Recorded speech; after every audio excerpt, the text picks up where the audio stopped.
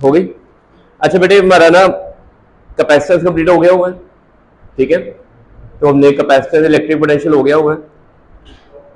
Friday को शायद आपको ऑफ होना स्कूल से, थर्सडे को टेस्ट लेंगे हम, ठीक है। जो हमारा प्रीवियस टेस्ट पेंडिंग था ना पोटेंशियल का, और कैपेसिटेंस साथ में आएगा थर्सडे को, ठीक है। पोटेंशियल ही करते हैं, कैपेसिटेंस रहने देते हैं, ठीक है। पोटेंशियल का पहले दे दो। सेम गौतम इशू पे सीधा तो बैठ, मिल जाएगा पेंसिल। अच्छा नेक्स्ट हमारा नया चैप्टर है, वो स्टार्ट करना आज हमने, करंट इलेक्ट्रिसिटी। करंट इलेक्ट्रिसिटी के बेसिक जो फाउंडेशन है वो क्लास 10th में जो आपने इलेक्ट्रिसिटी किया था वही है, ठीक है। हम इसे थोड़ा सा आगे इंप्रूव करेंगे, माइक्रोस्कोपिक व्यू में तक जाएंगे, ठीक है। क्लास 10 में पोटेंशियल डिफरेंस पढ़ा था, आपने करंट पढ़ा, रेजिस्टेंस पढ़ा, ये तीन चीजें की थी ना, और एनर्जी एंड पावर, ये सारी चीजें इसमें आएंगी, बट थोड़ी और एडिशन चीजें होंगी, ठीक है। पोटेंशियल डिफरेंस हमने ऑलरेडी कर लिया हुआ है कि पोटेंशियल डिफरेंस बिटवीन 2 पॉइंट्स का मीनिंग क्या होता है, डेफिनेशन क्या होती है, वो सारा हो गया हुआ है। टॉपिक करते हैं, सबसे पहले टॉपिक आपका कौन सा आएगा, इलेक्ट्रिक करंट आएगा, हमें टाइप्स पढ़नी है। इलेक्ट्रिक करंट को कैरी कौन करता है वो सारा पढ़ेंगे। करंट कैरियर, अब वो होता है कि मेटल में जब करंट फ्लो करता है तो कौन कैरी करता है करंट को, पता है, मेटल्स में फ्री इलेक्ट्रॉन, ठीक है। अगर इलेक्ट्रोलाइट्स हो, पानी में आयनिक कंपाउंड डिसॉल्व कर दिया, तब करंट कौन कैरी करेगा, ions, cations and anions carry करेंगे। गैसेस में आयनाइज्ड गैसेस, ठीक है। फिर ड्रिफ्ट वेलोसिटी पहले नहीं पढ़ी हुई आपने, फर्स्ट टाइम पढ़नी है। ड्रिफ्ट वेलोसिटी, मोबिलिटी, इनमें रिलेशन, ओम्स लॉ 10th में किया था, तब प्रूफ नहीं किया था, हम प्रूफ करेंगे ओम्स लॉ में। Voltage, potential difference, current we can measure using a meter, हम इजीली मेजर कर सकते हैं, बट ये थी macroscopic form, V equal to Y R. एक और फॉर्म हम पढ़ेंगे, J equal to sigma E, Ohm's law, that is microscopic form, ठीक है। उसके ऊपर क्वेश्चन में आता है, इस साल पेपर में 2 मार्क में वो डेरिवेशन आई हुई थी कि show that J equal to sigma E, V equal to I R नहीं पूछा, J equal to sigma E पूछ लिया था, ठीक है। इस चैप्टर में ये रिलेशन, ये भी 2 मार्क क्वेश्चन है। ओम्स लॉ 2 या 3 मार्क में आता होता है डेरिवेशन। फिर रेजिस्टिविटी का डेरिवेशन, कंडक्टिविटी, कंडक्टेंस, रेजिस्टेंस सब आ जाएंगे, ठीक है। 8th के ऊपर, 8th क्वेश्चन के ऊपर एमसीक्यू आता होता है कि हाउ रेजिस्टेंस या resistivity changes with the temperature, ठीक है। इसके ऊपर एमसीक्यू न्यूमेरिकल आता होता है। करंट डेंसिटी पहले नहीं पढ़ी, इस बार पहली बार पढ़ेंगे, करंट डेंसिटी एंड कंडक्टिविटी, ठीक है। इनके डायमेंशनल फॉर्मूले यूनिट्स पढ़ने हैं आपने। ये रिलेशन 2024 में आया हुआ है पेपर में, 2 मार्क में। मैक्सिमम डेरिवेशन इस चैप्टर 2 नंबर की आनी, इससे ज्यादा नहीं आनी। अगर 2 या कोई 3 नंबर क्वेश्चन आता भी है तो 1 मार्क में कोई न्यूमेरिकल डाल देंगे या कोई कंसेप्चुअल क्वेश्चन डाल देंगे, 2 मार्क से बियॉन्ड नहीं आता। लिमिटेशन ओम्स लॉ का वैलिड नहीं होता, इसके ऊपर असर्शन रीजन क्वेश्चन आते हैं ऊपर में, ठीक है। स्टेटमेंट दे देंगे और पूछेंगे इसका रीजन करेक्ट है कि नहीं है। कॉम्बिनेशन और resistor very important, class 10th में किया हुआ है ना। अब कॉम्बिनेशन रेजिस्टर की ना डेरिवेशन पढ़नी है हमने, सिंपल एप्लीकेशन पढ़नी है इनकी। आपको एक बड़ा कम्प्लेक्स स्ट्रक्चर दे देंगे और पूछेंगे जी इस कम्प्लेक्स स्ट्रक्चर में नेट रेजिस्टेंस बताओ, किसी एक रेजिस्टर के पास पावर कंज्यूम्ड कितनी है, करंट कितना है, वोल्टेज कितनी है, ये बताना आपने। अच्छा 14th अपनी कॉपी मार्क कर लो, 3 मार्क क्वेश्चन न्यूमेरिकल हर साल आता है, और सबसे डिफिकल्ट टॉपिक इस चैप्टर का ये है 14th। इस चैप्टर में सबसे डिफिकल्ट टॉपिक ये होगा, ठीक है, क्योंकि ये बिल्कुल नहीं बड़ा होता और ये प्रैक्टिकल फिजिक्स के ऊपर होता है कि आपको एक सेल दे देंगे, उसके अंदर नंबर ऑफ रेजिस्टर लगे होंगे, वो कहेंगे 10 मिनट के बाद इस सेल के क्रॉस पोटेंशियल डिफरेंस निकाल दो, इस रेजिस्टर के क्रॉस निकाल लो, ठीक है।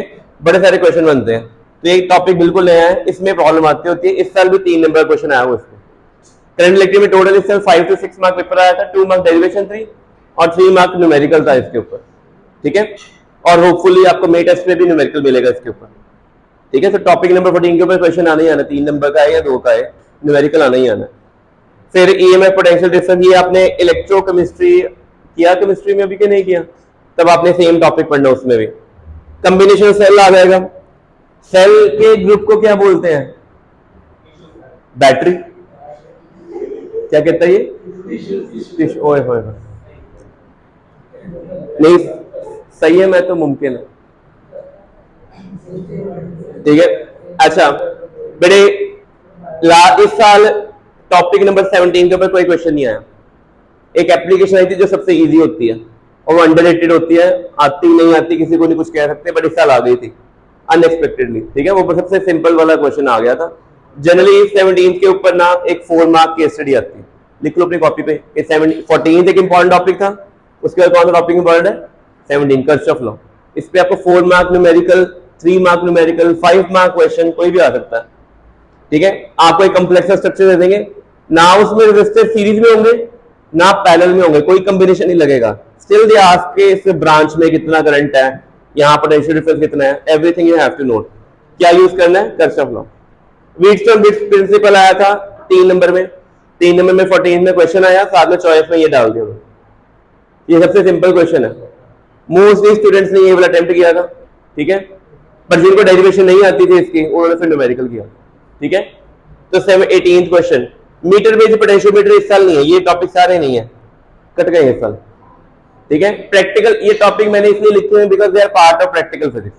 अब बोर्ड ने क्या किया हुआ है, यहां तक आपका सिलेबस है 18 तक, 19, 20, 21, 22 ये जो 4 टॉपिक्स हैं, these all are in practical. तो आप इनको पढ़े बिना प्रैक्टिकल नहीं परफॉर्म कर सकते। अगर आपको प्रैक्टिकल में मार्क्स स्कोर करने हैं, वाइवा देना है, तो आपको ये चारों पढ़ने पड़ेंगे। तो थ्योरी में कब कट कर दिया है, प्रैक्टिकल में मेंटेन रखा हुआ है चीजें। और अगर आप कंपेटिटिव पेपर देते हो जेईई नीट का, तब उसमें ही आएंगे सारे, ठीक है। तो मतलब इनडायरेक्टली हमें सारा पढ़ना पड़ेगा, बट प्राइम टारगेट हमारा क्या होगा बोर्ड के लिए, अप टू 18, ठीक है। तो स्टार्ट करते हैं, चैप्टर बड़ा इजी है। पहला टॉपिक बेटे क्लास 10th में हमने किया हुआ है कि इलेक्ट्रिक करंट कैसे फ्लो करता है, कब फ्लो करता है electric current, when charge move. पहले 2 चैप्टर में चार्जेस वर मूविंग और एट रेस्ट, तो इलेक्ट्रोस्टैटिक्स था ना, तब हमने कोई मोशन वाली प्रॉपर्टी नहीं पढ़ी। कंडक्टर की सरफेस पे चार्ज मूव नहीं कर रहा था पिछले चैप्टर में, क्योंकि हमने कंडक्टर को कोई बाइसिंग नहीं दी थी, ना कोई वायर लगाई थी, ना कुछ, वो एट इट्स ओन था। तो जितना चार्ज कंडक्टर पे डेवलप होगा उसकी सरफेस पे कैसा डिस्ट्रीब्यूट होता था, यूनिफॉर्मली, बस इतना ही था। अब क्या हुआ कि हमने क्या करना है, वायर के एंड्स के क्रॉस क्या डेवलप करेंगे, पोटेंशियल डिफरेंस। तो चार्ज क्या करेगा, मूव करेगा। तो आपने याद रखना, एक वायर है ये वायर कौन सी शेप में है, सिलिंड्रिकल। इसका क्रॉस सेक्शन कौन सी शेप में है, सर्कल। क्रॉस सेक्शन पता ना कौन होता है, ये कर्व सरफेस है जिसका एरिया 2 पाई आर एच है, ये उसका बेस एरिया है पाई आर स्क्वायर, ये भी कौन है, base area pi r square, इसको बोलते हैं क्रॉस सेक्शन। अगर इलेक्ट्रॉन इस साइड से एंटर कर रहे हैं, how much charge they carry, Q कैसे आता है, एन ई करके आता है। तो कितना चार्ज आया, और इस एक क्रॉस सेक्शन को 1 सेकंड में कितने चार्जेस क्रॉस कर गए, ठीक है, 1 सेकंड में। 1 सेकंड बोल लो, 1 मिली सेकंड बोल लो, 1 माइक्रो सेकंड बोल दो। गिवन टाइम में इस एरिया के क्रॉस कितने आए थे, कितने चले गए, या कितने एक्सचेंज हो गया, वो चार्ज नोट किया आपने, किससे डिवाइड किया आपने, टाइम से। तो क्या आएगा, मिलेगा आपको करंट। अगर delta Q by delta T होता है, यहाँ पे क्या होता, तो ये एवरेज करंट होता है कि इंस्टेंटेनियस, डेल्टा क्यू, डेल्टा का मीनिंग होता है Q2 minus Q1 time taken T2 minus Q, that is average current. वो क्या होता है, तो एवरेज करंट ये वाला फॉर्मूला है, दिस इज एवरेज करंट, ठीक है। बेटा अगर ग्राफ से निकालो, अपनी कॉपी नोट्स पे लिख लो, अगर आपने ग्राफ में कौन सा ग्राफ यूज करना है, चार्ज टाइम ग्राफ लिख लो, इन चार्ज टाइम ग्राफ, ऐसे ग्राफ आ रहा है क्यूटी ग्राफ। बेटा ये लाइन है, इसका अगर स्लोप निकाल लेंगे तो क्या रिप्रेजेंट करेगा, इस लाइन का स्लोप करंट। अगर आप स्लोप किसी 2 पॉइंट्स में निकालते हो, 2 पॉइंट में, तो कौन सा करंट आएगा, एवरेज। अगर एट ए पॉइंट निकालोगे तो क्या आएगा। सो ये न्यूमेरिकल के लिए पहले आ जाता है, पेपर में ग्राफ आ जाएगा, और ग्राफ में हो सकता है दे कैन आस्क यू कि ऐसे 2 करंट है, I1 कैन के I1 बड़ा है कि I2 बड़ा है, क्यों, स्लोप किसका ज्यादा है। अपनी कॉपी पे लिखो, फ्रॉम क्यूटी ग्राफ स्लोप किसके इक्वल होता है, ठीक है, स्लोप क्या होता है, ठीक है। तो आपने याद रखना है, I1 का स्लोप ज्यादा है कि I2 का स्लोप ज्यादा है, I1 का। तो कौन सा करंट ज्यादा है, I1। सिंपल 1 मार्क MCQ, ठीक है। और मान लो अगर पेपर में ये कह दें charge equal to 3t square plus 5t plus 1, और कहें t इक्वल टू 2 सेकेंड पे करंट कितना है, but now which current they are asking for average current और इंस्टेंटेनियस। इंस्टेंटेनियस कैसे आएगा, डिफरेंशिएट करके। क्लास 11 में वेलोसिटी पढ़ी थी ना, instantaneous velocity, average velocity, same ही चीज है। तो पहले पेज पे 2 न्यूमेरिकल बन गए हैं, ये सारे एमसीक्यू पेपर में आते हैं, कोई थ्योरी वाला 2 नंबर क्वेश्चन नहीं आने वाला पेपर में, सिर्फ स्लोप के ऊपर एमसीक्यू आएगा, दूसरा किसके ऊपर आएगा, ठीक है। एक चीज और है यहाँ पे, वो भी आपने याद रखनी है, करंट अगर dq बाई dt है तो चार्ज फ्लो कैसे निकाल लेंगे, कितना चार्ज फ्लो करता है, इंटीग्रेट करेंगे। ये भी याद रखना आपको, पेपर में ये भी आ सकता है। आपको पेपर में करंट दे देंगे और कहेंगे भी 0 से 2 सेकंड में कितना चार्ज फ्लो हुआ। तो लिखो एक क्वेश्चन, ये लिखो, अगर करंट आपको दिया हुआ है 3t² + 1 और कहें 0 to 2 सेकंड में कितना चार्ज फ्लो हो गया, ठीक है, 0 to 2 सेकंड में। अब करंट दिया हुआ है, क्या निकालना है, चार्ज। कैसे निकालना है, आई क्या होता है dq/, तो dq से आपने इंटीग्रेशन करनी है। बताओगे भाई लिमिट क्या होगी 0 to 1, 3t² + 1 की इंटीग्रेशन कितनी आएगी, कोई बताएगा। 3t² है, t² का इंटीग्रल क्या होना है, t3/3, ये t³ हो जाना है और ये t हो जाना है। लोअर इंटीग्रल 0, अपर इंटीग्रल 1, क्या आंसर आएगा, ये 1 + 1 -0 -0, कितना करंट आएगा और चार्ज कितना आ जाएगा मेरे पास 2, और यूनिट क्या आएगा, यूनिट चार्ज का यूनिट कूलम। इसका मीनिंग 0 से 2 सेकंड में कितना चार्ज फ्लो किया था, 2 कूलम। तो अपनी कॉपी में लिख लो, 3 फॉर्मूले कर लिए हुए हैं। एवरेज करंट, मैंने 0 से 1 कर दिया है, 1 कर लो, अगर 2 होगा तो 2 तक इंटीग्रेट कर देना, ठीक है। अच्छा पेपर में लिख लो अपनी कॉपी पे, आपके एमसीक्यू किसमें आने वाले हैं, लिख लो average current, instantaneous current, amount of charge flow, 3 फॉर्मूले। अभी हमने सिर्फ 3 पढ़े, ठीक है। इन तीनों के ऊपर एक एक नंबर का क्वेश्चन कोई भी आ सकता है पेपर में, ठीक है। और जब भी हमने पेपर के लिए प्रिपेयर करना है, पीवाईक्यूज करने साथ में। मैंने इलेक्ट्रिक पोटेंशियल के पीवाईक्यू भेजे हुए हैं, मैं इस चैप्टर के भेज दूंगा, ठीक है। प्रीवियस क्वेश्चन जरूर करने हैं आपने। तो लिख लिया आपने कौन कौन सा टॉपिक कंप्लीट किया है, average current, instantaneous current and amount of charge flow, ये हमने पढ़ लिए। यूनिट क्या होता है इसका, एसआई, एम्पेयर। और अगर करंट की डेफिनेशन लिखनी है तो क्या होगा, 1 कूलम 1 सेकंड। क्लास 10th में की हुई है कि when current is said to be 1 ampere, जब 1 कूलम चार्ज फ्लो करता है वायर में कितने टाइम में, तब current said to be 1 ampere. बड़ा सिंपल सा क्वेश्चन है, क्लास 10th में आता होता, प्लस 2 में नहीं आया। हाँ प्लस 2 में ये हो सकता है कि वो एमसीक्यू में बोलते हैं 1 coulomb per second is unit of which quantity, ऐसे कह सकते हैं 1 coulomb per second unit of which quantity. बताओ कौन सी क्वांटिटी का यूनिट होता है, ठीक है। तो एम्पियर नहीं बोलेंगे, ऐसे कह देंगे। अच्छा बताइए, आपको पता है करंट स्केलर क्वांटिटी है कि वेक्टर है, क्यों स्केलर है पता, डायरेक्शन है, तो करंट फ्लो नहीं करता positive to negative terminal, electron का फ्लो करता है, but still it is scalar. उसका रीजन क्या है, कोई भी quantity it is not mandatory that it have direction, it is vector, ऐसा जरूरी नहीं है। जो क्वांटिटी स्केलर एडिशन के लॉज को फॉलो करेगी वो स्केलर होगी, और जो वेक्टर एडिशन को फॉलो करेगी वो कौन है, वेक्टर। बेटे देखो, अगर मेरे पास ये वायर ऐसे आ रही है, ये 1 एम्पियर है, ये 1 एम्पियर है, क्या 1 + 1 2 एम्पियर हो गया, ये 1 एम्पियर रहेगा। इसी वायर को अगर मैं स्ट्रेट कर दूं कोई फर्क पड़ेगा, यहां से ऐसे करो, देखो इधर, यहां से आया 1 एम्पियर, यहां से आया 2 एम्पियर, यहां कितना जाएगा 3 एम्पियर। कैसे आया, आपने डायरेक्शन नोट की है कि सिंपल ऐड किया। और अगर मैं वायर को ऐसे कर दूं कोई फर्क पड़ेगा, पड़ेगा कोई फर्क, एंड बंद कर दे, छाड़ दे राइट, ठीक है।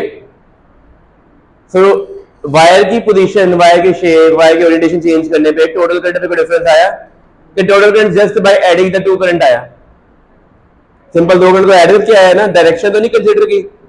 इसका मीनिंग करंट की जब एडिशन होती है कौन से लॉ फॉलो करते हैं, क्या पैरेलल लॉ लगाओगे यहाँ पे, क्या ट्रायंगल लॉ, सिंपल ऐड करेंगे एडिशन लॉ, ठीक है। तो पेपर में असर्शन रीजन के ऊपर क्वेश्चन आ सकता है कि व्हाई असर्शन देंगे current is a scalar quantity, और रीजन लिखेंगे it follow scalar law of addition. तो both assertion and reason are correct and explanation, ठीक है। यहाँ असर्शन कहते हैं करंट इज वेक्टर क्वांटिटी, और रीजन लिख दे इट फॉलो वेक्टर एडिशन, दोनों ही गलत, ठीक है। तो आपने याद रखना है, अपनी कॉपी पे लिख लो current is a scalar quantity, assertion reason question लिख लो, पेपर में इसके ऊपर असर्शन रीजन आता होता है। अब डायरेक्शन ऑफ इलेक्ट्रिक करंट आ गई। बेटे आप 10th क्लास में कन्वेंशनल करंट पढ़ते हैं, कौन सा करंट होता है conventional, which flow from positive terminal of battery to negative. और दूसरा कौन सा होता है, ये कौन कैरी करता है, in the direction of electron. हम कौन सा करंट प्रेफर करेंगे चैप्टर में, कन्वेंशनल। जब पेपर में लिखा होगा ना the current flow in the circuit that is always, but हाँ अगर मेंशन किया हो इलेक्ट्रॉनिक करंट तो फिर नीचे वाला।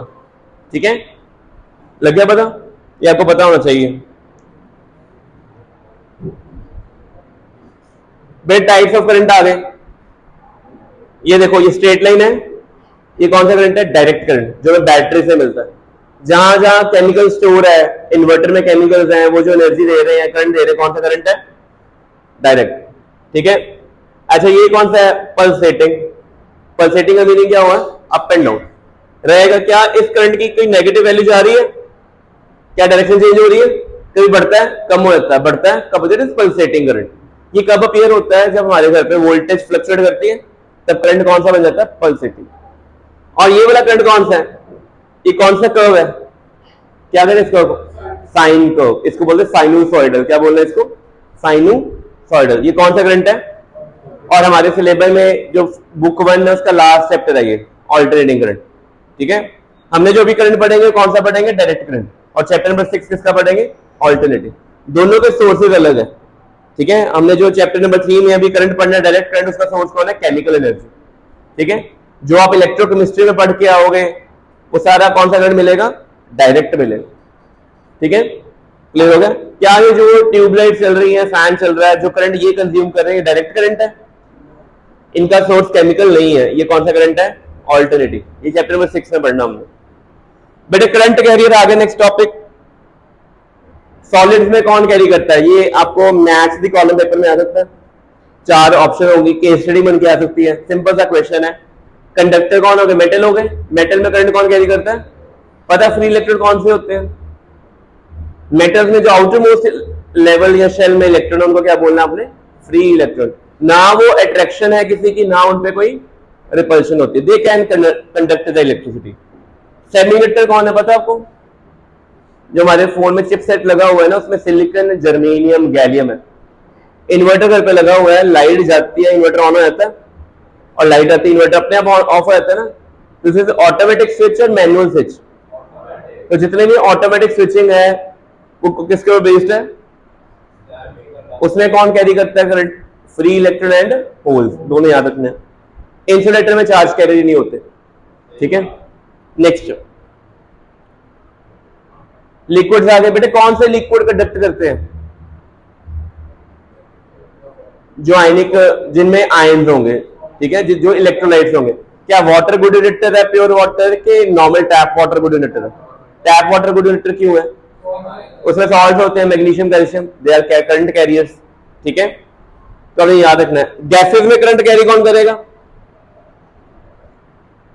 गैस में कौन है, एटम है, मॉलिक्यूल्स है ना, अगर उनमें करंट पास करें या उनको आयनाइज कर दें तो चार्ज हो जाएंगे ना वो, देखें तो आयनाइज्ड गैस एटम्स जो हैं वो क्या कैरी करते हैं, करंट इन द गैसेस। ठीक है, बड़े क्लियर हो गया। ये उन्हें सबसे रेयर है हमारे लिए, हम इनको स्टडी नहीं करते, क्योंकि नॉर्मल एटमॉस्फेयर में आपको गैसेस जो मिलेंगे वो आयनाइज्ड नहीं है। हायर एल्टीट्यूड पे गैसेस क्या सारी आयनाइज्ड है। ठीक है, अब पहला टॉपिक इस चैप्टर का इंपॉर्टेंट, ड्रिफ्ट वेलोसिटी। ठीक है, बेटे हमने सभी ने करा डाला हुआ, मेटल का है सभी के पास, स्टील होगा या चांदी होगा, है ना। क्या करंट पड़ रहा है उसमें से, स्टील में हमारे पास 93% कौन है, या सॉरी 63% आयरन ही है ना, बाकी कौन कौन है, क्रोमियम है, निकल है, कोबाल्ट है, कार्बन है, सब कुछ है ना। क्या आयरन है उसमें फ्री इलेक्ट्रॉन होंगे कि नहीं होंगे, क्या वो फ्री इलेक्ट्रॉन करंट कंडक्ट कर रहे हैं अभी, क्यों नहीं कर रहे पता, क्या वो इलेक्ट्रॉन फ्री मूव नहीं कर रहे, नहीं मूव कर रहे।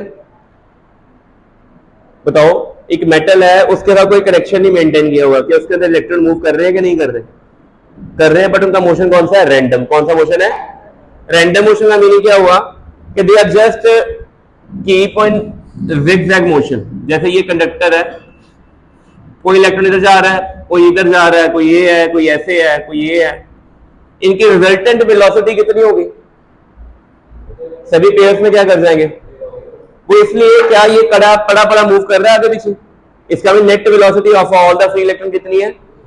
अगर नेट वेलोसिटी 0 है कोई ओवरऑल करंट मिलना है, जितने इलेक्ट्रॉन इधर जाएंगे उतने उधर से आ रहे हैं, जितने ऊपर जाएंगे उतनी क्या है, नेट करंट कितना हो गया। बट क्या इनकी टोटल काइनेटिक एनर्जी जीरो है? क्या वो काइनेटिक एनर्जी यूज हो रही कहीं पे? जो एनर्जी यूज नहीं होती कहां चली जाती है? वेस्ट हो जाती है। किस फॉर्म में? हीट। अगर स्टोर होती तो पोटेंशियल एनर्जी, क्या मैं इसमें से करंट ड्राइव कर सकता हूं बिना बैटरी लगाए? अगर कर सकता तो इसमें एनर्जी स्टोर होती, बट ऐसा है एनर्जी इसके अंदर क्या होगी, सारी वेस्ट होगी। वो वेस्ट एनर्जी किस में कन्वर्ट होती है? हीट में। सो इसका मीनिंग लिख लो अपनी कॉपी पे, अनबायस्ड कंडक्टर, जिस कंडक्टर को कोई बाइसिंग मींस कोई कनेक्शन नहीं लगाया, उसमें इलेक्ट्रॉन का मोशन कैसा होगा? लिख लो थर्मल मोशन। लिख लो unbiased conductor have, unbiased conductor have thermal motion. कौन सा मोशन होता है उनके पास? थर्मल। और थर्मल वर्ड क्यों यूज किया यहां पे? Because this motion is responsible for heat generation only, waste है सब कुछ। ठीक है बेटे, क्लियर हो गया? अब क्या किया आपने, इसको कंडक्टर को बैटरी से कनेक्ट किया था, बट स्विच क्या रखा था? ओपन। अगले ही मोमेंट आपने स्विच क्या कर दिया? क्लोज कर दिया। यहां पे पॉजिटिव है, ये सारा क्या है? इलेक्ट्रिक फील्ड की डायरेक्शन क्या होगी? बिल्कुल ठीक है, ये होगी electric field. Electron electric field की डायरेक्शन में अट्रैक्ट होंगे कि इसके ऑपोजिट? क्यों? सेम डायरेक्शन में क्यों नहीं जाएंगे? क्योंकि फोर्स का फॉर्मूला क्या होता है? चार्ज इनटू इलेक्ट्रिक फील्ड होता है ना। इलेक्ट्रॉन के ऊपर चार्ज क्या होता है? प्लस ई के माइनस ई। तो this what does this mean? Electron will attract toward positive terminal और नेगेटिव टर्मिनल। इलेक्ट्रॉन इधर जाएंगे पॉजिटिव की तरफ के, नेगेटिव तरफ जाएंगे। तो इलेक्ट्रिक फील्ड इधर रही है, इलेक्ट्रॉन किधर जाएंगे? ऑपोजिट। ठीक है, होना क्या है, ये वाला जो इलेक्ट्रॉन है इसकी ओरिएंटेशन में कोई चेंज आएगा? ये पहले ही ऐसे था, इसकी ओरिएंटेशन में चेंज आना है। इसने पता क्या करना, जैसे की क्लोज की, इसने अपने आप को सडनली क्या करना है, ओरिएंटेशन बदल के ऐसे हो जाना। होना है, सभी ने ऐसे ही होना है। क्या अब नेट वेलोसिटी जीरो होगी? क्या अब नेट करंट आएगा कि नहीं आएगा? आएगा। बट जैसे ही स्विच ऑन करते हो, all electron suddenly change their orientation. लिखो अपनी कॉपी में, when electric field is applied, जैसे इलेक्ट्रिक फील्ड लगती है, all electron suddenly change their orientation. सभी एकदम से अपनी ओरिएंटेशन क्या कर लेते हैं? चेंज कर लेते हैं। अगर सडनली ओरिएंटेशन बदलेगी, what does it mean? Suddenly अगर ओरिएंटेशन बदल गई, उनकी वेलोसिटी में चेंज आया कि नहीं आया? क्या सभी इलेक्ट्रॉन के ऊपर फोर्स सेम लगेगी कि डिफरेंट लगेगी? सभी की एक्सेलरेशन क्या होगी? ये पेपर में सॉल्यूशन नहीं बना सकता है कि जब आप इलेक्ट्रिक फील्ड अप्लाई करते हो, all electron feel same force और different force, same acceleration. But क्या सभी की अलाइनमेंट सेम टाइम में होती है? किसी को थोड़ा टाइम ज्यादा लगेगा, किसी को थोड़ा टाइम। जिस टाइम में they are changing their orientation, देखो सबसे कम किसको लगा? इस वाले को लगा ना, और सबसे ज्यादा किसको लगा? ऑपोजिट वाले को।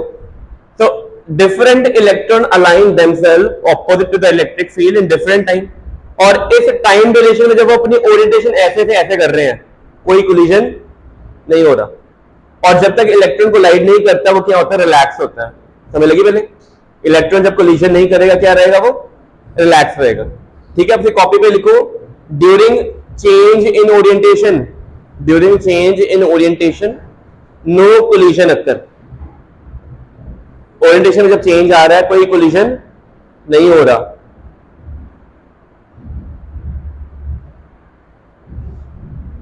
ठीक है, अगर कोई कोलिजन नहीं हो रहा, what does it mean? Electron is, लिखो electron is in relax state. क्या सभी का रिलैक्सेशन का टाइम सेम है? नहीं है ना, सभी का रिलैक्सेशन टाइम क्या है? अलग अलग। ठीक है, अब बात करते हैं इसके। क्या लिखा पढ़ो, ड्रिफ्ट का मीनिंग क्या होता है?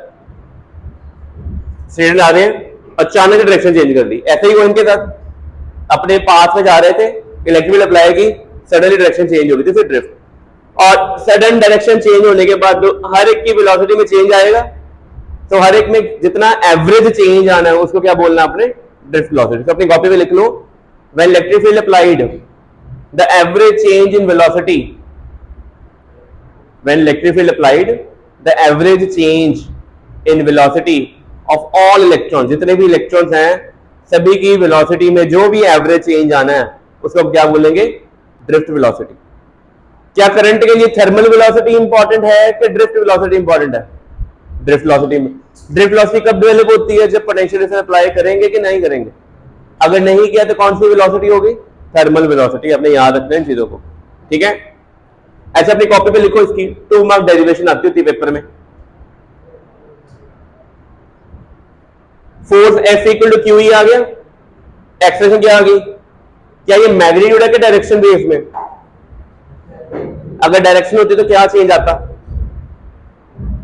माइनस साइन, क्या आना था, माइनस साइन,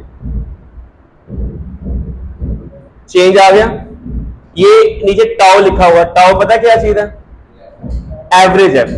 वीडी क्या है, एवरेज चेंज। सभी इलेक्ट्रॉन की total velocity before application of electric field कितनी थी, थर्मल वेलोसिटी टोटल कितनी थी, 0 थी ना, रैंडम कैलकुलेशन, ठीक है। तो ये फॉर्मूला आ जाएगा, तो पहली डेरिवेशन है, ये लर्न करनी है। ये मैग्नीट्यूड में है, अगर वेक्टर में होगी तो यहां पे क्या आएगा, माइनस साइन। अगर आपने इलेक्ट्रिक फील्ड इंक्रीज कर दी, ड्रिफ्ट वेलोसिटी बढ़ेगी। इलेक्ट्रिक फील्ड कैसे इंक्रीज करेंगे, by increasing the potential difference. मेरे पेपर में आपको कह दें कि एक बच्चे ने 5 वोल्ट की बैटरी लगाई, एक ने 10 वोल्ट की बैटरी लगाई, किसको ड्रिफ्ट वेलोसिटी ज्यादा मिलेगी, क्यों ज्यादा मिलेगी? आपने पहले फॉर्मूला बताना है और आपको याद रखना है, अगर कंडक्टर की लेंथ कितनी है, वोल्टेज कितनी है, V, तो इलेक्ट्रिक फील्ड पता क्या होगा, अपनी कॉपी पे लिख लो, माइनस dV/dr फॉर्मूला पढ़ा था ना पिछले चैप्टर में, वो क्या था, स्मॉल डिस्प्लेसमेंट में स्मॉल चेंज। ये क्या है, टोटल लेंथ के क्रॉस कितना चेंज है। लेंथ अगर L है, आपने इन दोनों के क्रॉस पोटेंशियल डिफरेंस कितना अप्लाई किया, V, तो इलेक्ट्रिक फील्ड कितनी आएगी, V/L, लिख लो, ठीक है। अब पेपर में क्वेश्चन कैसे आता है, मेरे पेपर में क्वेश्चन आएगा, इफ लेंथ इज डबल्ड, क्या किया उन्होंने, ऑल थिंग्स आर सेम, ठीक है। E की जगह फॉर्मूला क्या बनेगा, V इंटू एल के V/L। अगर हमें डिनोमिनेटर को डबल कर दिया, ड्रिफ्ट वेलोसिटी क्या हो जाएगी, हाफ हो जाएगी। ये पेपर में क्वेश्चन है, एनसीईआरटी में सॉल्व क्वेश्चन भी दिया होगा। अगर आपने लेंथ मेंटेन रखी है, इलेक्ट्रॉन को प्रोटॉन से रिप्लेस कर दिया, इलेक्ट्रॉन किससे रिप्लेस किया, क्या चार्ज में चेंज आएगा, क्या मास में? प्रोटॉन का मास इलेक्ट्रॉन से 2000 टाइम हैवियर होता है, तो डिनोमिनेटर अगर 2000 टाइम्स हो गया तो ड्रिफ्ट वेलोसिटी 2000 टाइम्स क्या हो जाएगी, चेंज हो जाएगी उसके अकॉर्डिंग, ठीक है। तो बड़ी क्लियर होया। तो पेपर में अच्छा, ये जो रिलैक्सेशन टाइम है कौन सा टाइम होता है, जितने टाइम में इलेक्ट्रॉन रिलैक्स थे, they are just changing their orientation. अब मेरे को बताओ, अगर आपने सैंपल को हीट कर दिया तो इलेक्ट्रॉन का रिलैक्सेशन टाइम कम होगा कि डिक्रीज होगा? अगर हमने हीट करना शुरू कर दिया कम हो जाएगा ना।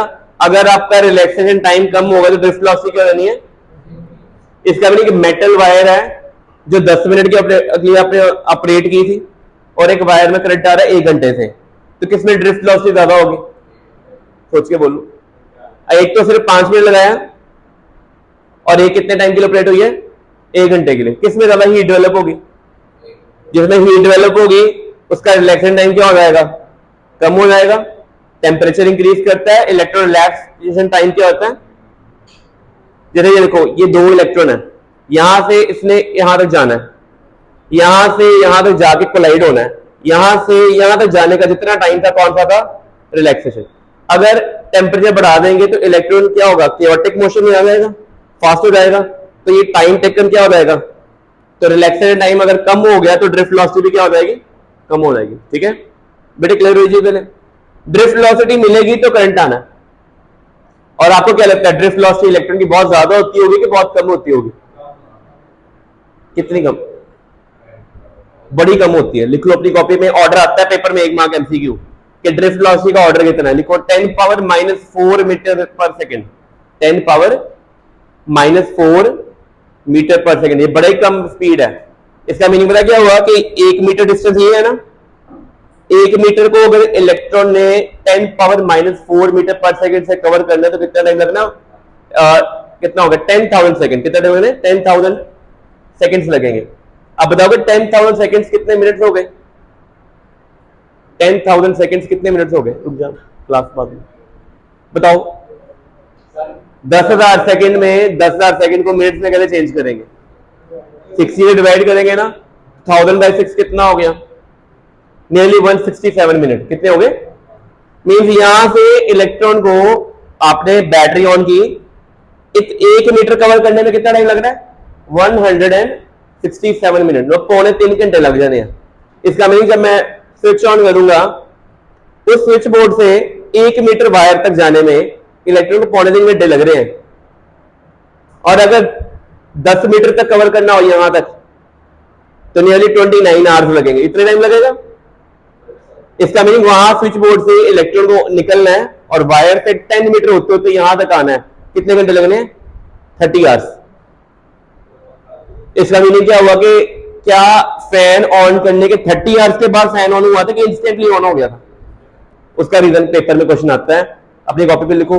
Although drift velocity is too small, drift velocity प्रथम लिख लो, although drift velocity is too small, बड़ी छोटी वेलोसिटी है, but still current set instantly, but still current set लिख लो इंस्टेंटली।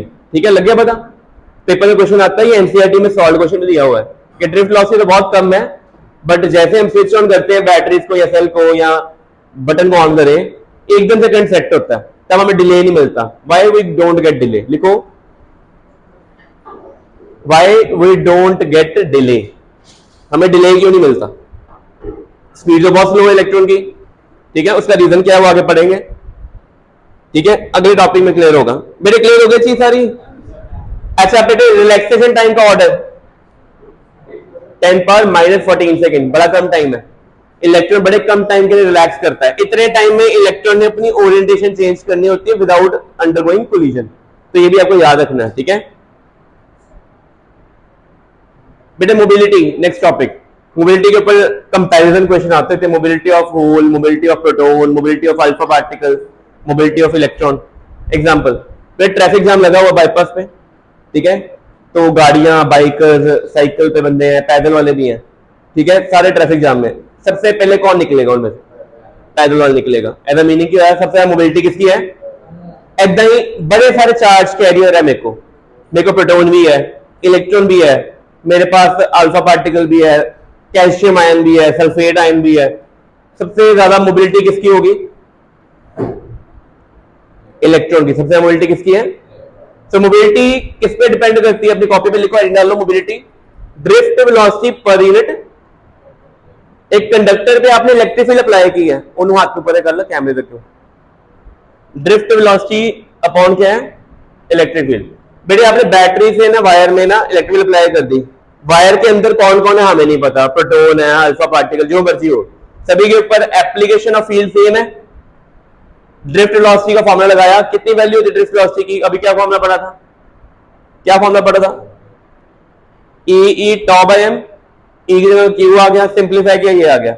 अब ये ड्रिफ्ट वेलोसिटी किस पे डिपेंड करती है बताओ? चार्ज के ऊपर, मास के ऊपर, और रिलैक्सेशन टाइम। रिलैक्सेशन टाइम को कंट्रोल कौन करता है? अपनी कॉपी पे लिख लो, relaxation time control by temperature.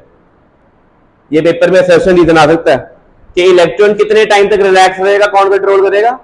Temperature. Temperature कम करेंगे रिलैक्सेशन टाइम बढ़ जाना है, टेम्परेचर ज्यादा करेंगे रिलैक्सेशन टाइम क्या हो जाना? कम हो जाना। ठीक है, तो अपनी कॉपी में लिख लो, नोट्स में लिख लो ये कि relaxation time controlled by temperature only. अब आप बताओ फिर एक चीज और, ये जो क्यू बाय एम होता है ना, इसको लिख लो क्या कहते हैं? क्यू बाय एम क्या होता है? Specific charge. लिख लो, क्यू बाय एम क्या है? Specific charge. पेपर में क्वेश्चन कह सकते हैं, क्वेश्चन दे देंगे, अल्फा पार्टिकल है, प्रोटॉन है, इलेक्ट्रॉन है, तीनों का ना मोबिलिटी सेम थी, तो सबसे ज्यादा रिलैक्सेशन टाइम किसका था? ये आपको काउंट करना होता है। लिख लो question, compare relaxation time, compare relaxation time. ये सिर्फ बोर्ड में नहीं है, जेई में भी आता है क्वेश्चन ये वाला। फॉर्मूला छोटा सा है कंपैरिजन वाला, आपने असेंडिंग डिसेंडिंग ऑर्डर में लिखना होता है। ठीक है, लिख लो, compare relaxation time of alpha particle, proton, alpha particle, proton and electron, if thrice of them if thrice of them have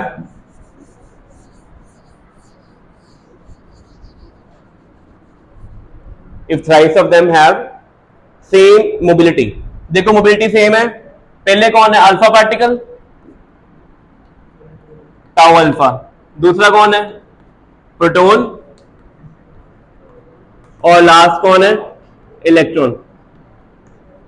बेटे आपको पता है कंपैरिजन पता है मासेस के, अगर प्रोटॉन का मास m हो, चार्ज E हो, तो अल्फा पार्टिकल का मास कितना होता है प्रोटॉन से। अल्फा पार्टिकल पहले पता कौन होता है, कौन होता है helium nucleus. Helium nucleus proton से 4 टाइम हैवियर है, चार्ज उसके ऊपर 2e है, इलेक्ट्रॉन के ऊपर क्या है चार्ज E है, उसका मास प्रोटॉन से कितने टाइम्स है 2000 टाइम्स कम है। सिंप्लीफाई किया इसको, tau alpha by 2, tau proton, tau electron. तो बताओ सबसे ज्यादा रिडक्शन टाइम किसका है अल्फा पार्टिकल। फिर कौन है मतलब सबसे फास्ट कौन मूव करेगा, ये लर्न कर लो। बेस्ट कंडक्टर मेटल्स होते हैं, मेटल सबसे बेस्ट क्यों है क्योंकि उनमें करंट कैरियर कौन है, उनकी मोबिलिटी सबसे ज्यादा है। ठीक है, याद रखना आपने, मोबिलिटी जितनी ज्यादा होगी उतना इजीली ट्रैफिक में से चार्ज कैरियर निकल सकता है। ठीक है बेटे, मोबिलिटी तक हो गया, यहां तक कर लेते हैं मोबिलिटी तक, बाकी हम नेक्स्ट क्लास में करेंगे। करते बंद, मोबिलिटी तक पढ़ लिया सुबह। ठीक है, नेक्स्ट टॉपिक हमारा क्या है, relation between drift velocity and current. Main heading डालनी है और 2 मार्क क्वेश्चन आया था लास्ट 2023 में ये। ठीक है, डायग्राम, ये क्या सोर्स है, इसको क्या बोलते हैं, सेल लेके बैटरी है ये, सिंगल सेल।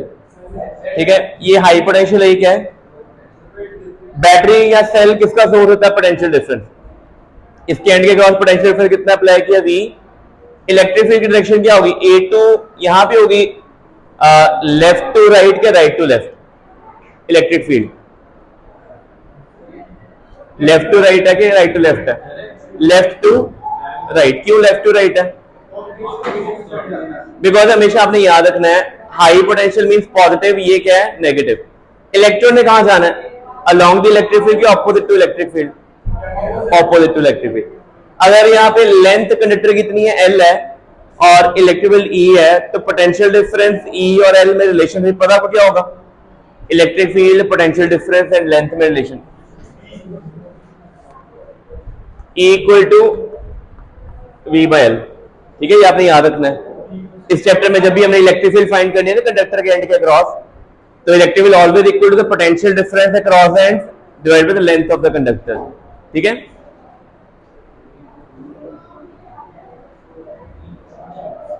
अच्छा ये वाला फॉर्मूला है, ये कहां से आया देखो, चार्ज का फॉर्मूला Q इक्वल टू क्या होता है N, यहां पे क्या होगा, यहां पे कैपिटल N कर देते हैं। अपनी कॉपी पे लिखो कैपिटल N क्या है, कैपिटल N होता है total number of electron, total number of electron pass through the wire in time t। Time t में टोटल कितने इलेक्ट्रॉन पास हुए n, चार्ज कितना कैरी किया Q इक्वल टू Ne। हमें कोई भी डिवाइस हो, मेटल हो, सिल्वर हो, कॉपर हो, एल्यूमिनियम हो, हमें कॉपर सिल्वर एल्यूमिनियम जो मर्जी मेटल गिवन हो, हमेशा हमें स्मॉल n पता होता है। स्मॉल n को क्या बोलते हैं नंबर डेंसिटी। क्या करें इसको, ये क्या बताता है total number of free electron per unit volume. अपनी कॉपी में लिख लो, कॉपर के लिए वैल्यू कितनी है 10 पावर 22 पर मीटर क्यूब। ये हमने कल डिस्कस किया था कि कॉपर में 1 मीटर क्यूब में, सॉरी 28 आना है, सेंटीमीटर क्यूब में होता है। 1 metre cube block of copper में 10 पावर 28 फ्री इलेक्ट्रॉन होंगे। ठीक है, तो अगर टोटल नंबर ऑफ इलेक्ट्रॉन निकालने क्या करोगे, नंबर डेंसिटी को किससे मल्टीप्लाई करोगे, वॉल्यूम से। वॉल्यूम कैसे आता है, cross section area into length. तो करंट का फॉर्मूला क्या हो गया फिर, charge upon time taken. Charge की वैल्यू क्या आएगी small n A L upon T into E. N A E तो कांस्टेंट हो गया, लेंथ अपॉन टाइम। बताओ distance travelled upon time taken क्या होता है? Distance travelled upon time taken velocity. ये कौन सी वेलोसिटी होगी? थर्मल वेलोसिटी होगी कि ड्रिफ्ट वेलोसिटी होगी? ड्रिफ्ट होगी। थर्मल से करंट नहीं आना, तो फाइनल करंट का फॉर्मूला क्या बन गया? I equal to N A E V D. ये फॉर्मूला याद रखना आपने, ठीक है। अब मैंने मॉर्निंग में क्वेश्चन डिस्कस किया था कि ड्रिफ्ट वेलोसिटी बड़ी कम है, 10⁻⁴ मीटर पर सेकेंड। उसको 1 मीटर कवर करने में 167 मिनट लग रहे थे, नियरली 3 आवर्स के पास, ठीक है। 2.5 आवर्स से ज्यादा लग रहा टाइम। स्टिल जब हम स्विच ऑन करते हैं करंट इंस्टेंटली क्यों सेट होता है? उसका रीजन है करंट जो है वो सिर्फ ड्रिफ्ट वेलोसिटी पे डिपेंड नहीं करता, वो नंबर डेंसिटी पे भी करता है। कॉपर के केस में नंबर डेंसिटी का ऑर्डर कितना है? पढ़ो 10⁻20। ये नंबर बहुत बड़ा है। इसका मीनिंग अगर कॉपर की ये वाली वायर है ना, इसके अंदर एटम या कॉपर के जितने भी इलेक्ट्रॉन होंगे सारे फुल्ली फिल्ड है, जगह ही नहीं है, इतनी क्लोज पैकिंग है। अगर यहां से एक इलेक्ट्रॉन एंटर करता है उसी टाइम यहां से क्या होना है? दूसरा बाहर निकल जाना। मीन उस एंड से आपने स्विच ऑन किया, वहां से इलेक्ट्रॉन को वहां जाने में अगर 30 आवर्स लगेंगे उस इलेक्ट्रॉन को, बट जैसे ही वहां से वो पुश होगा यहां से दूसरा इलेक्ट्रॉन क्या हो जाना है?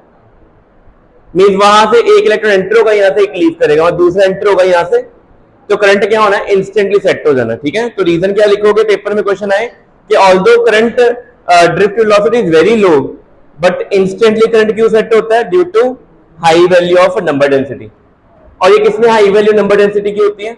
मेटल में कि नॉन मेटल में? मेटल में, ठीक है। सबसे अच्छा रिएक्टर कौन सा है हमारे पास? सिल्वर है, बट सिल्वर कॉस्टली होता है, इसलिए सेकंड टू सिल्वर कौन होता है? कॉपर, ठीक है। तो करंट इंस्टेंटली क्यों सेट होता है? Due to number density. ये आपने याद रखना है, ठीक है। तो ये 2 मार्क क्वेश्चन है ये वाला। पेपर में पिछले साल एमसीक्यू आए थे, उन्होंने ये रिलेशन पूछे होते which the following is correct relation between current and drift velocity. किसी के केस में ई स्क्वायर था, किसी में एन नीचे था, किसी में एरिया नीचे था, ठीक है। तो फॉर्मूले के ऊपर भी क्वेश्चन आते होते हैं। 4 फॉर्मूले दे देंगे, 3 गलत होंगे, 1 ठीक हो।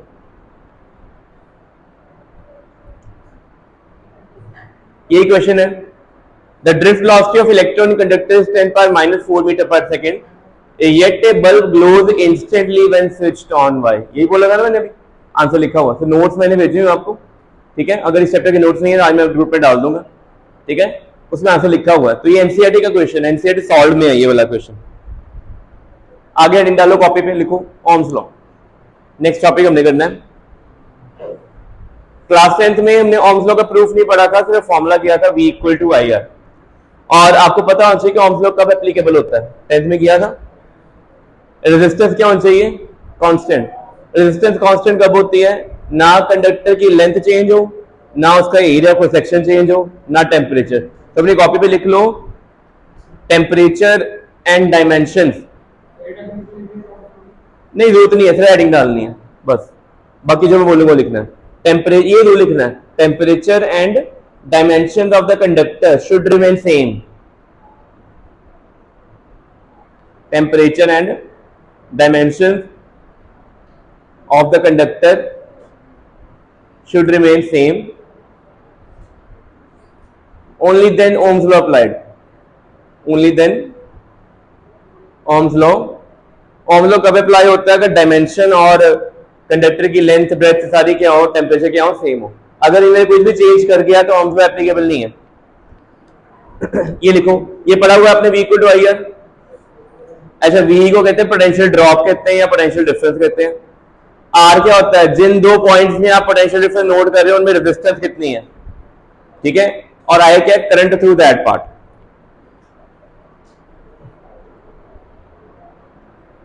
ग्राफ कैसा प्लॉट होना इनमें? Straight line. जो करंट और वोल्टेज ओरिजिन से शुरू हो और स्ट्रेट लाइन फॉलो करे, ये ओमिक सब्सटेंस है। अगर ये ग्राफ ओरिजिन से स्टार्ट ना हो, नॉन ओमिक। अगर ये कर्व हो जाए तभी क्या होगा? नॉन ओमिक, ठीक है। तो ओमिक सब्सटेंस का प्लॉट हमेशा यही रहता है। और ये कब वैलिड होगा? अगर डायमेंशन चेंज ना करे और टेम्परेचर क्या रहे। बट मेटल्स टेम्परेचर जब ज्यादा हो जाता है, काफी देर के मेटल ऑन रहती है, करंट पास हो, गर्म हो जाती है ना, तब फिर हाई टेम्परेचर आके ये स्ट्रेट लाइन कर्व हो जाएगी, तब ओम्स लॉ अप्लाई नहीं होता।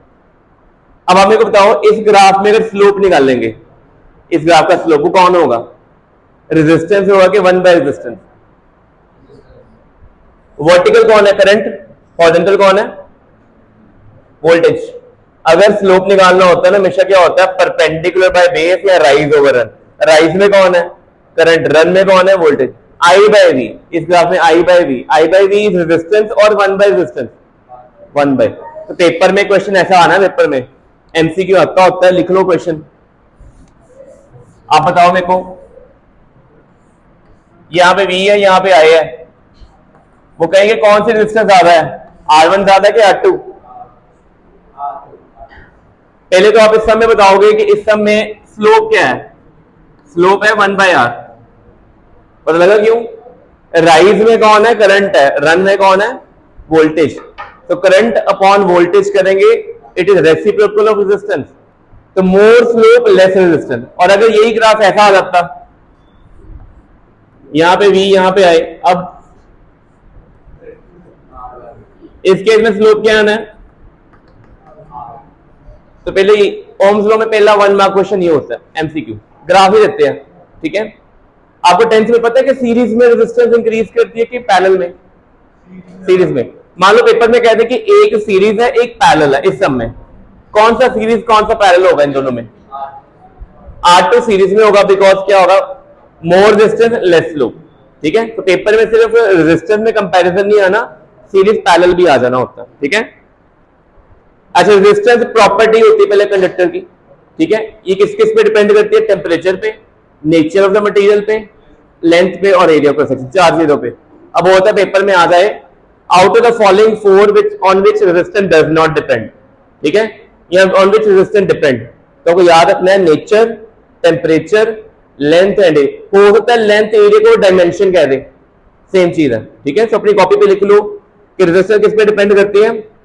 नेचर ऑफ मटेरियल, देखो नेचर ऑफ मटेरियल, दूसरा कौन है? डायमेंशन, और थर्ड कौन है? टेम्परेचर। 3 चीजों पर रेजिस्टेंस डिपेंड करती है। अच्छा मैं बताऊं, ये मेरे पास कॉपर का सैंपल है, मैंने तो ऐसे कर दिया। अब रेजिस्टेंस दोनों की कम हो गई, ज्यादा हो गई? लेंथ दोनों की डिक्रीज हुई है कि बढ़ गई है? दोनों की रेजिस्टेंस कम हो गई है, बट दोनों की रेजिस्टिविटी या स्पेसिफिक रेजिस्टेंस क्या रहेगी? अपनी कॉपी में लिख लो, स्पेसिफिक रेजिस्टेंस सिर्फ किस पे डिपेंड करती है? टेम्परेचर एंड नेचर, ठीक है। एमसीक्यू आता है पेपर में ये, स्पेसिफिक रेजिस्टेंस किस पे डिपेंड करती है? Temperature and nature. और रेजिस्टेंस किस पे डिपेंड करती है? Temperature, nature and dimension. Unit ohm आ गया। रेजिस्टेंस का डायमेंशन फॉर्मूला निकाल लोगे, फैक्टर पढ़ लिए। पहला फैक्टर कौन सा है? लेंथ। दूसरा कौन सा है? आप देखो वो जो फ्रिज का प्लग होता है, सॉकेट होता है, नीचे दोनों का एरिया कम होता है, इसका एरिया ज्यादा होता है। इसका एरिया ज्यादा क्यों रखते हैं? ये लाइव है, हाई पोटेंशियल, ये क्या है? लो। ये कौन होता है? अर्थिंग। अर्थिंग का मेन एम क्या होता है कि फ्रिज की मेटल बॉडी के ऊपर या माइक्रोवेव ओवन की मेटल बॉडी के ऊपर जितना भी एक्स्ट्रा चार्ज होगा वो सारा इसके थ्रू होता अर्थ में जाएगा। तो इसको ब्रॉड कर देते हैं। ब्रॉड करने का बेनिफिट क्या होगा? एरिया ज्यादा कर देंगे तो क्या होगी? इस वाली वायर की रेजिस्टेंस क्या हो जाएगी? डिक्रीज की इंक्रीज? डिक्रीज। इसमें करंट जल्दी फ्लो करेगा ना, और सीधा कहां चला जाएगा? अर्थ में। तो कोई भी सेफ्टी इक्विपमेंट होगा, उसका जो एंड होगा पैसेज थ्रू वायर, वो हमेशा ब्रॉड होता है, ठीक है। और ये फॉर्मूला 10th में किया हुआ है, R equal to rho L upon A, किया हुआ है ना। इसको थोड़ा सा मॉडिफाई करके एक और फॉर्मूला लिखो। आपने 10th में क्वेश्चन किया होगा कि वायर को ना डबल लेंथ में स्ट्रेच कर दिया, उसकी रेजिस्टेंस कितने टाइम हो जाती है? 2 टाइम के 4 टाइम? बट क्या चाहिए बेटे? 2 टाइम होगी रेजिस्टेंस के 4 टाइम्स, कैसे पता चलेगा बेटे? अगर लेंथ और एरिया आप स्ट्रेच करते हो, लेंथ इंक्रीज होगी, वायर की थिनिंग होनी कि थिकनेस बढ़नी है? थिनिंग होनी है, एरिया क्या हो जाना है? So both of them are variable, but wire का वॉल्यूम सेम रहेगा। अगर मैं इसको ऊपर नीचे लेंथ से मल्टीप्लाई कर दूं, ए इंटू एल क्या होता है? तो resistance proportional to L square आ गई, ठीक है। इससे डायरेक्ट आंसर आता है। अगर आपकी रेजिस्टेंस, आपकी लेंथ 3 टाइम्स हो रही है, 3 टाइम्स, तो न्यू रेजिस्टेंस कितने टाइम होगी? और परसेंटेज इंक्रीज कितना आएगा? अगर आपकी रेजिस्टेंस 9 टाइम्स हो गई है, परसेंटेज इंक्रीज नहीं, सुनो, जिन्ने टाइम रेजिस्टेंस बढ़ती है ना ਉਹਦੇ ਵਿੱਚੋਂ 1 माइनस करो तो 100 ना मल्टीप्लाई कर दो। अगर 9 टाइम रेजिस्टेंस इंक्रीज होगी तो कितने परसेंट इंक्रीज आएगा? 800%। सिंपल एमसीक्यू पेपर में, ठीक है। ये परसेंटेज इंक्रीज वाला क्वेश्चन 2022 में भी आया हुआ है। इस चैप्टर का नहीं था, ऐसे ही था किसी और चैप्टर में, कितने परसेंट इंक्रीज आया। नहीं तो हम पढ़ते हैं कितने टाइम्स। तो वायर की लेंथ अगर 3 टाइम्स स्ट्रेच करोगे कितने टाइम इंक्रीज आना है? 9, और परसेंट इंक्रीज कितना आना है? 800। ठीक है, बस बस बड़े क्लियर हो गई चीज पहले। अच्छा, आगे यहाँ पे कांस्टेंट ये रो लग गया था। रो क्या होता है? इनमें रो जो है वो टेम्परेचर और नेचर पे डिपेंड करता है। एल किस पे डिपेंड करता है? लेंथ। ए भी क्या है? Area cross section. ठीक है, क्या रो लेंथ और एरिया पे डिपेंड करता है? रो की वैल्यू फिक्स्ड होती है। अलग अलग टेम्परेचर पे कॉपर की रेजिस्टिविटी अलग अलग होगी, ठीक है, बट वो डायमेंशन पे डिपेंड नहीं करेगी। रेजिस्टिविटी का रेसिप्रोकल कौन होगा? कंडक्टिविटी। सिग्मा। कंडक्टिविटी का सिंबल क्या होता है? रेजिस्टेंस का रेसिप्रोकल कौन होगा? कंडक्टेंस। पेपर में हो सकता है कि नेट रेजिस्टेंस आपने निकाल ली, पूछी कंडक्टेंस है तो आपने रेसिप्रोकल कर देना, ठीक है। चलो अपनी कॉपी पे हेडिंग डाल लो, एक्सप्रेशन फॉर रेजिस्टिविटी। बेटे ये वाला ये करना है। पेपर में अगर ओम्स लॉ प्रूव करना आ जाए कि शो करो Ohm's law V equal to IR होता है, तो आपने कैसे करना है? आपको कितने फॉर्मूले बताए? एक आई बताया था NaEVD, एक ड्रिफ्ट वेलोसिटी पता हमें EE tau by m, और एक इलेक्ट्रिक फील्ड पता है। 3 फॉर्मूले पता है ना? इन तीनों फॉर्मूले को यूज करके हमने V equal to IR prove करना है, ठीक है। पेपर में होता है 2 मार्क क्वेश्चन यही याद है, शो दैट। इस साल पेपर में J इक्वल टू सिग्मा ही आया था 2 मार्क, वो प्रूव करना आया था। आने 2 मार्क की डेरिवेशन, इससे ज्यादा नहीं बनते इस चैप्टर में, 2 नंबर की डेरिवेशन है। और ये तीनों है, ये कोई 2, ये भी 2 नंबर की है, ये भी 2 मार्क की है। बस अगर ड्रिफ्ट वेलोसिटी की डेफिनेशन पूछ लेंगे तो 2.5 या 3 तक पहुंच जाएंगे, ठीक है। बेटे देखो क्या किया इन्होंने, V इक्वल टू IR है, आई की वैल्यू पुट कर दी, वो वाली ड्रिफ्ट वेलोसिटी की वैल्यू पुट कर दी, यहां तक आ गए। तो रेजिस्टेंस कितनी होगी? L और A को अलग कर दिया, जो बाकी बचा वो कौन है? रेजिस्टिविटी। क्या रेजिस्टिविटी में लेंथ और एरिया आ रहा है? कौन आ रहा है? Mass of electron. क्या मास ऑफ इलेक्ट्रॉन चेंज होता है कभी? क्या नंबर डेंसिटी एक सैंपल की चेंज होगी? कॉपर का इतना बड़ा सैंपल हो या इतना हो, नंबर डेंसिटी क्या रहेगी? सेम ना। ई चेंज होना है, चेंज कौन हो सकता है? टाउ। टाउ क्या है? Relaxation time. टेम्परेचर इंक्रीज करते हैं तो इलेक्ट्रॉन ज्यादा देर के लिए रिलैक्स करता है कि रिलैक्सेशन टाइम कम हो जाता है? टेम्परेचर। टाउ क्या है ना, अगर टाउ डिक्रीज हो गया तो रो क्या है ना। तो मेटल की रेजिस्टिविटी टेम्परेचर के साथ बढ़ती है कि कम होती है? बढ़ती है, ठीक है। क्लियर होगी चीज। बड़े सारे क्वेश्चन है कि मेटल की रेजिस्टिविटी इंक्रीज होती है टाइम के साथ, टेम्परेचर के साथ, बट सेमीकंडक्टर की रेजिस्टिविटी क्या होती है? हम लैपटॉप यूज करते हैं, कंप्यूटर यूज करते हैं, जब ऑन करते हैं ना उसकी मशीनरी बफर करती है, उसके अंदर फैन रन करता है, उसका मदरबोर्ड गर्म होता है पहले। मेटल को हमें ठंडा करना है, सेमीकंडक्टर क्या करना है? क्योंकि सेमीकंडक्टर को गर्म करते हैं, उसकी रेजिस्टिविटी क्या होती है? अगले टॉपिक में पढ़ेंगे ऐसा क्यों होता है, आपको पता होना चाहिए। बेटे ये चीज क्लियर हो गई। क्या मेटल की नंबर डेंसिटी चेंज कर सकते हैं हीट करके? कॉपर का सैंपल चाहे ठंडा हो चाहे गर्म हो, नंबर डेंसिटी क्या रहनी है? बट सेमीकंडक्टर में क्या होता है? कोवेलेंट बॉन्ड होते हैं, सिलिकॉन जर्मेनियम। बताओ ये कौन से ग्रुप में होते हैं? सिलिकॉन एंड जर्मेनियम कौन से ग्रुप में? मेटलॉइड है। ग्रुप कौन सा? ग्रुप नंबर 14, 15, 16, 17 कौन सा? कार्बन फैमिली में होते हैं ये। कार्बन कौन सी फैमिली में है? 14 में। वैलेंसी कितनी है? ये बनाएंगे कौन से? कोवेलेंट बॉन्ड बनाएंगे कि आयनिक बनाएंगे? और अगर टेम्परेचर बढ़ाते हैं तो कोवेलेंट बॉन्ड पहले ब्रेक होते हैं कि आयनिक बॉन्ड टूट जाएंगे, नंबर डेंसिटी सडनली क्या हो जाएगी? तो आपने याद रखना है, लिख लो question. Why semiconductor conduct easily at high temperature? Why semiconductor conduct, बड़ा इंपॉर्टेंट क्वेश्चन है, नोट्स में लिखा हुआ है ये। Why semiconductor conduct easily at high temperature? Semiconductor high temperature पे इजिली कंडक्ट क्यों करते हैं? देखो, नंबर डेंसिटी सडनली शूट हो गई, बॉन्ड ब्रेक हो गए, नंबर डेंसिटी 4 to 5 10 इंक्रीज हुई, टाउ डिक्रीज हुआ है कोलिजन से, टाउ में थोड़ा डिक्रीज